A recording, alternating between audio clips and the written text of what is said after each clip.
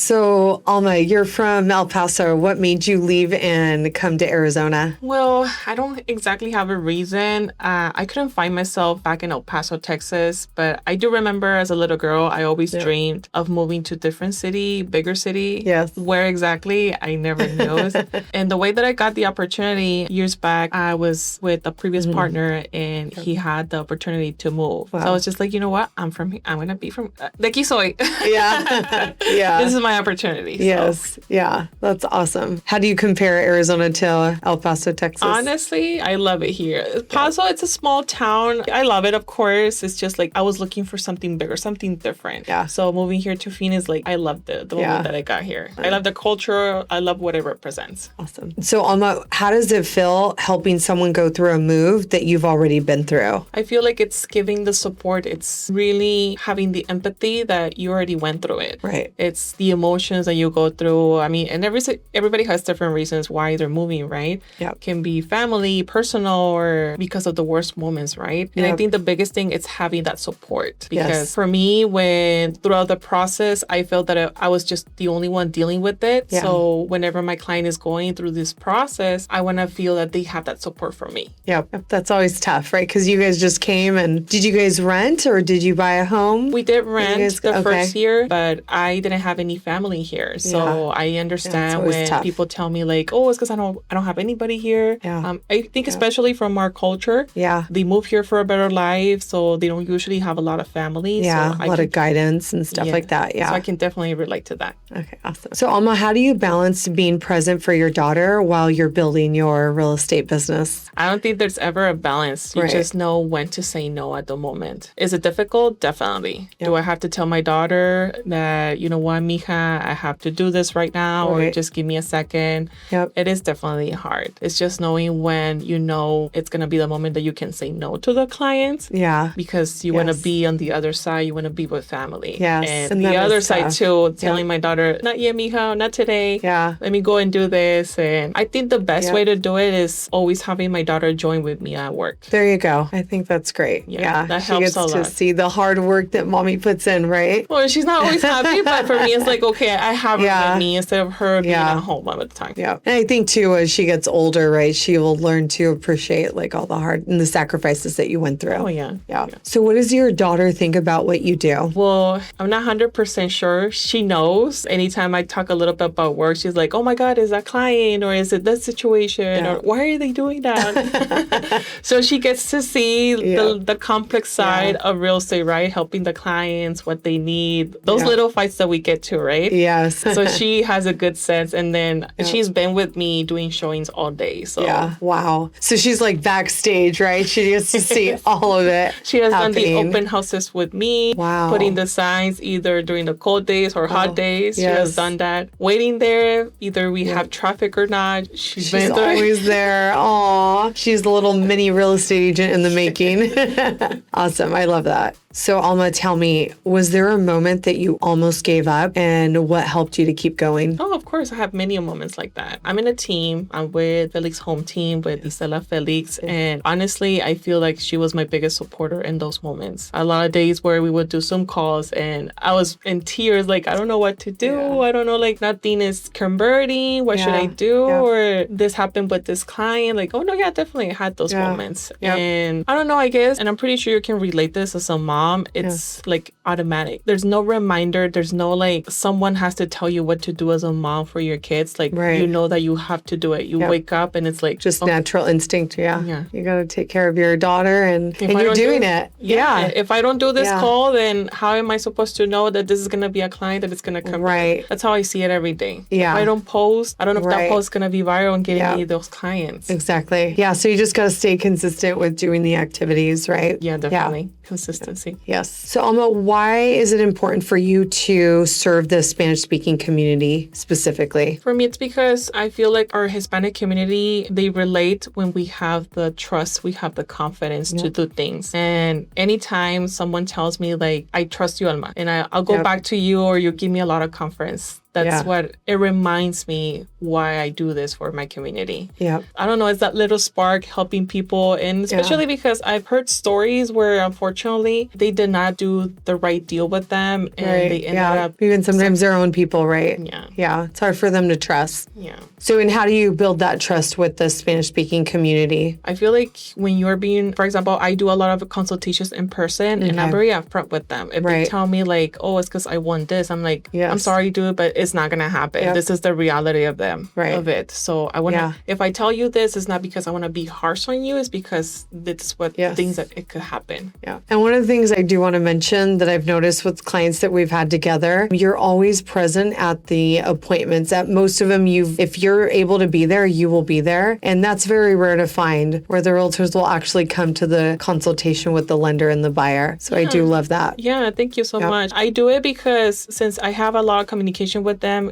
usually the first thing that I do is talk to them over the phone, knowing a little bit, and then on the person consultation, right? Yep. But for me, it's like, okay, I guess for me, it's also because how you work. Right. And then based on how you work, it will help me to see, is this a good client for Melissa? Yep, absolutely. And I like that you do prep and you ask them and let them know, hey, the lender's going to ask for this documentation. Make sure you have it prepared. And so that's, I appreciate that. Well, there's always homework. That's what I always say to my people. There's always homework. Yes. You got to bring me that homework if you want me to help you. Exactly.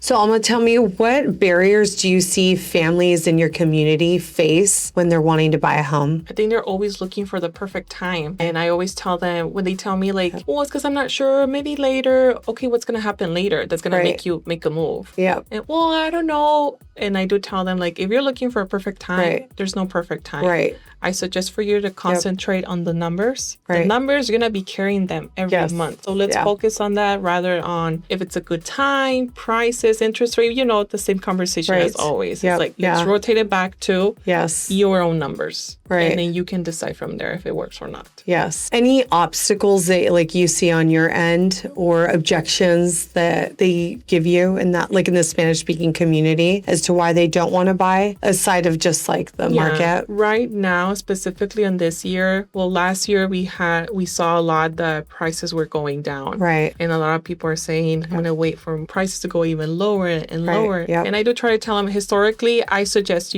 I'll share this link with you with this information. But if you don't believe me, you do your own research. Yeah. This has happened historically before. Right. So you're going to see that, yes, it goes down, but then it's going to go way up. Yep. So Alma, what does home ownership mean to the families that you work with? For me, what I see on my families that I've helped with, it means patrimony. It means building wealth. Okay. It's always about, I want to do this because of my family. And actually, I love that. Yep. I love when I see the family going into showings, because for me, it's like, this is just like me as a mom. Yep. I got this house because of my daughter or my dogs, whatever. Yep. Seeing them doing it for the family, that's something that I love. Because then I imagine it's priceless, right? Yeah. Yes, the parties that they will do, celebrations. Yeah. Like, for example, when I see my past clients and I see their homes, I'm like, I love the fact that I can feel and I can see that this is your home. Yeah, exactly. And what's advice that you would give to a lot of families that are looking to purchase a home? I would advice to them to just raise your hand. I know it can be intimidating. I know it can be like, would I be a good fit? Nobody's a good fit. Right. Everybody needs homework. Yep. That's what I always tell people. Yeah. You need some homework. You need some guidance. Yep. And we have the game plan. We have the game plan. We have the programs for every situation. Yes. Yeah. It's like it's never a no, right? It's just more of a when. Yeah. Might not be now, but as long as you follow the plan, we'll promise we'll get you into a home. Yeah. And me as a homeowner, years ago, I screwed up my credit. So I had to do the homework, getting my credit better. Right. So I completely understand that. Yep. So that's why I say there's always some homework. It's just the matter of doing it. Got it. And when someone's wanting to find like that perfect home and you've shown them 20, 30, 40 homes, what advice would you give to someone who's trying to find that perfect house and it's their first house? You know what? I tell them a lot about your instinct. That's why I tell them. If you definitely don't feel it, you don't see the potential, then it's going to be a no. If you see some potential, you have a good feeling, then that's going to be a house. Yep. Not every client is like that, but I totally understand. I had a few clients that were like that. So I always tell them, just go with your instincts. Go with what you see in the house. And sometimes it may not be their perfect home, right? Just their first home. It's a stepping stone to get to the next house, maybe their next dream home. Exactly. Will come later. there. So Alma, I know you've sold cars, clothes, and all the things. So what led you to where you're at now? Well, my previous jobs, the thing was, once I was getting the hang of it, I will get bored. And I always found myself like craving that connection with the people. It was just like, oh yeah, here's the car. You like the car. Just go ahead and sign everything here and that's it. Or here's this piece of fabric. Yeah. You love it. You already try it, you love it, ready to go, right? So it always felt like something was missing. Okay. And actually someone gave me the idea like, well, why don't you try real estate? Because also I was kind of tired of being on the same thing on sales. So I was just like, I'm just going to take a little break, do some office job, and we'll go from there. So someone gave me the idea of doing real estate. Okay. So that's how I started. And I also love it because it challenges you every day. Every day is a different day, right? Yes. Every day is a fire or something good. Good days, whatever. bad days. Yeah. It's not for everybody, right? Yeah, no, definitely. Just got to roll with the punches. Yes. Yesterday, we're talking with the team, actually, and I was telling them, like, you need to learn how to get messy. You need to get messy in order to be able to organize yourself. Yeah. And be scrappy, right? I feel like I had a coach one time. She's like, you need to be scrappy, right? Sometimes we just got to figure it out and problem solve, right? It's a lot of what we do every day, trying to solve problems. Yeah, no, definitely. So, Alma, tell us, what's the biggest thing that your sales background taught you that most realtors don't have? Not being afraid to just do it. I feel like when you join your real estate, you see so many things. Everybody does things differently. And you're like, I want to do this, I want to do that. And it feels overwhelming. But at the same time, you're like, but I don't know how to do it. And being on different type of sales, it helped me like, would you just learn it? I mean, you want the money, you got to go for it. You got to just do it and learn from it. Yeah. Just take the leap, right? Yeah. No fear?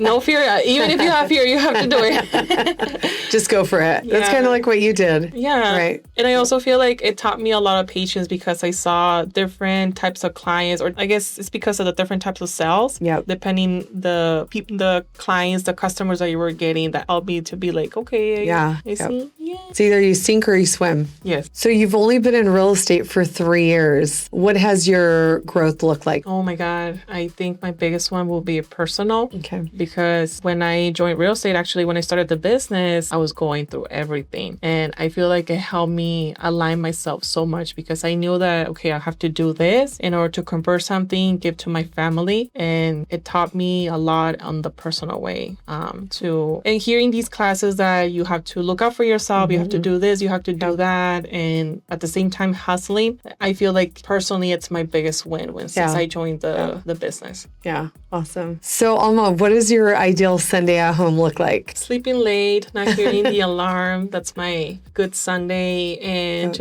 I usually cook every day. And Sundays I don't cook, so it's like there's cereal, there's sandwiches, eat whatever. I guess. That's your break. Taking naps during the day. Of course, I like to travel. I like to go out, but whenever I can, I do like to enjoy my house, honestly. Like people say, enjoy your mortgage. I just like being at home sometimes when I can. Yeah, exactly. And what do you like to do for fun? For fun. It's like a hobby of yours. I do try to exercise. I'm not very consistent sometimes, but I do like to do that. I like go hiking. Oh, awesome. Lately, I've been doing some volunteer at dog shelters. I've been doing that whenever I get a chance. Yeah. Nice way to give back, right? Little doggies. So you love cooking and gardening. How does your home reflect who you are? I do cook every day. It is very hard. Sorry, Mom. It's first thing in the morning. I have to do it. And also it's kind of like very personal to me, cooking at the first thing in the morning, because I feel that's what sets my day good. Yes. If I don't cook, I feel so weird, honestly. I'm like, I feel like I'm being irresponsible or something's missing. Wow. That's amazing. What's your favorite meal to cook in the morning? Guisaditos, Mexican guisaditos. Yummy. That's what I now I'm getting hungry. And also some gardening. I don't know. I just like to see the color of the plants. Actually, downstairs I was looking at the plants. Oh my God. My God, there's plants everywhere. Yes. And I just love that. I just love to see the color. I feel like it feels very homey, very like at peace, right? Yes. You got your food and your plants and So what does home mean to you after leaving El Paso and starting over in Arizona? For me, it means, it's going to sound very cheesy, but it's literally just me and my daughter because we've been through so much since we moved here. So having that feeling that even after a long day, I get home and I see her. Yes. Even if she's laying in the couch, it's like, we did that. Yeah. Seeing together. that, Yeah. yes, we did that. Seeing the dogs also, like I have this space for them. Yep. Have this space for her. Like it's something You're reminding myself. Proud mama. Yeah, it's reminding myself that when I came here, it was like, I don't know how I'm going to do it. I know I'm going to go through this. Yes. And we'll see how it goes. Yeah. There's no turning back. So there's got to be a way. Yeah, I love it. Again, you just go for it. Like, I love that. And that's hard to do, right? A lot of people do have support, but you guys coming alone and look what you've made out a real estate career. You're a great mom, a cook. Thank you. And all the things. So Alma, you get all your leads from social media. How did you come to figure out all of that? Well, a lot of thank you to my team leader, Isela Felix. She's the one that taught me you had to be on social media. You have to post. Yep. And I did it little by little. Of course, building the habit of posting that automatic, like, oh shit, it's 8 o'clock and I haven't posted, and then you have to post, right? So I started with 2-3 times a week, and then little by little starting every day. So every single day. And I kind of think of it like, if I don't post this video, I don't know if this video is going to go viral and give me phone numbers. There you go. So. And you post once a day? Yes. Once a day? Yeah, once a day. That's what I post. During the week or weekends? The only day that I don't post is Saturday. Okay. But I do Sunday through Friday. That's awesome. That's awesome. See, you're consistent. And that's how you're able to get your business. And so is that your main pillar of business? It is, yeah. Okay. It is. I do have past client referrals, right. But I think 98% of my business comes from social media. Facebook, TikTok, Instagram. Where do you get most of your leads from? Right now, most of them are from TikTok. Okay. I love that. So, Alma, what was your first post or video that really just took off? Oh, I do remember this one. I remember I heard a good producing realtor that said, you need to post a house in the ghetto area. Oh. So... Well, me personally, I didn't know what was the ghetto area. Yeah. So for me, it's like, I'm just going to record houses. Right. I can't, right? Yep. So I edited the video. I remember this video, back then, the property videos, I was doing the singing in the videos. Oh. It wasn't the music. It was me singing in the videos, kind of like a karaoke style. Yep. So that was ghetto house.